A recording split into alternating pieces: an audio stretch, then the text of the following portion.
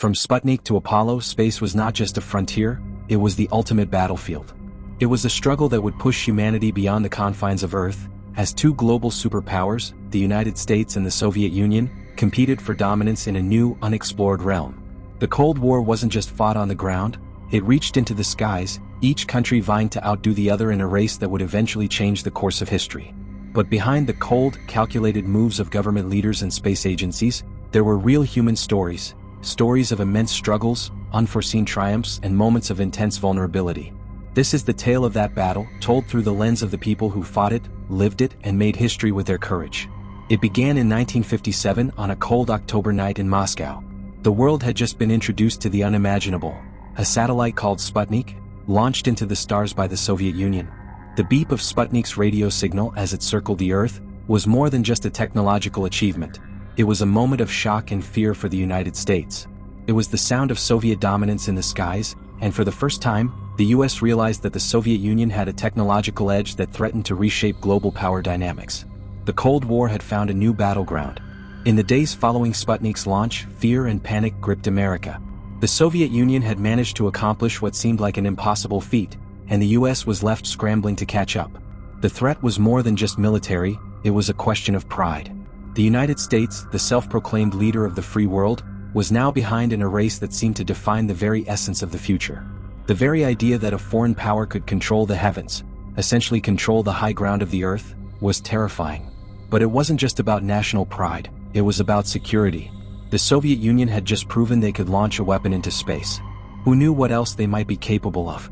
In Washington, D.C., President Dwight D. Eisenhower was determined to respond, but the answer was not immediately clear. America's space program was in its infancy, struggling to develop the technology necessary to compete with the Soviets. It was not just about launching rockets, it was about doing so with precision and reliability.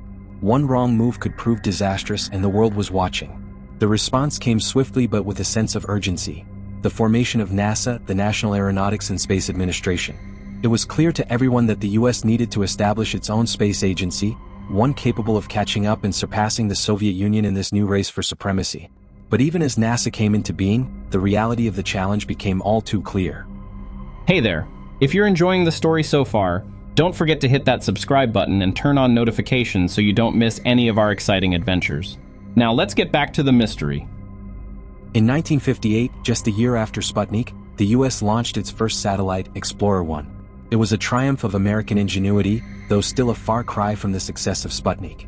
The tiny satellite, barely 30 pounds, circled the Earth, sending back important data about cosmic rays. Yet, it was not the victory the US had hoped for, it was merely the beginning, the first tentative step into a new age. Meanwhile, the Soviets pressed on. Their next move was even more astonishing. In 1959, Luna 1 became the first spacecraft to reach the Moon's vicinity, though it did not land. It was a reminder that the Soviet Union had more in store. As the 1960s dawned, the world's gaze was fixed on the heavens, but the competition on Earth was heating up. The Cold War was not just a political struggle, it had become a struggle for human survival and dominance, played out in the vast expanse of space. The United States, determined not to be left behind, embarked on a series of ambitious projects, from the creation of Mercury to Gemini missions. But there was a looming, undeniable challenge. The Soviets were always a step ahead. The year 1961 brought the next great shock. Yuri Gagarin, a Soviet cosmonaut, became the first human to travel into space. The world watched in awe as Gagarin orbited the Earth, a small blue planet below him, a symbol of Soviet triumph. The message was loud and clear. The Soviet Union had achieved what the United States had only dreamed of.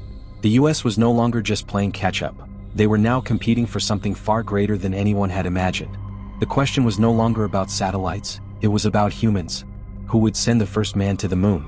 America's answer came with the newly elected President, John F. Kennedy. In a speech delivered on May 25, 1961, Kennedy declared that the United States would land a man on the moon by the end of the decade.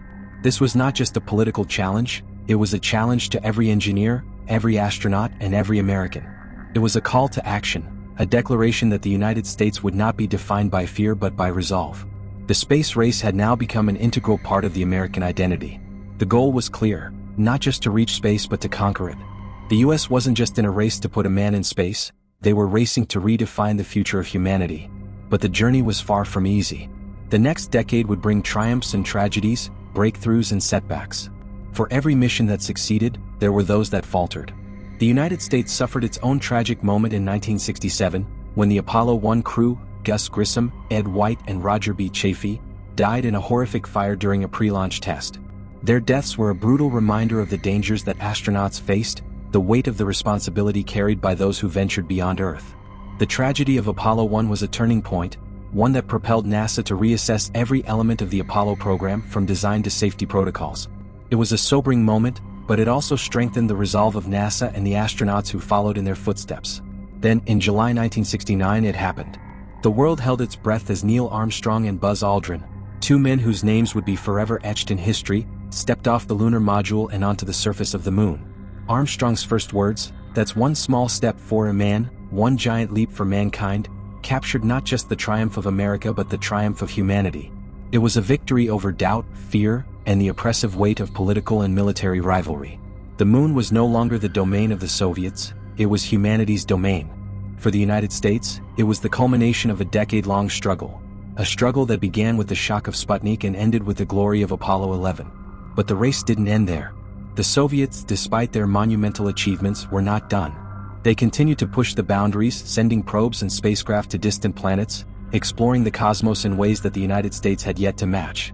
The rivalry, though, was not just about one-upmanship, it was about pushing the limits of what humans could accomplish. By the time the Cold War reached its end, the space race had fundamentally changed the world. It had transformed the way we looked at Earth, at our place in the universe, and at each other. As the US and the Soviet Union competed for dominance in the skies, their rivalry was not only technological, it was deeply personal. The men and women who worked tirelessly in NASA and in the Soviet space program were driven by something greater than political ideologies. They were driven by the belief that the sky was not the limit, that humanity had the potential to achieve the impossible. Today, when we look up at the stars, we see not just a distant point of light, we see the culmination of struggles, of dreams, of a bitter rivalry that pushed us to places we never thought possible.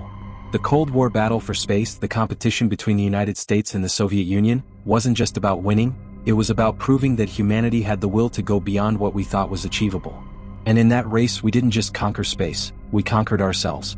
The Cold War battle for space is not just a story of nations, but of the human spirit, resilient, determined, and ever reaching for the stars. It's a story of men and women who dared to dream the impossible dream and against all odds, made that dream a reality.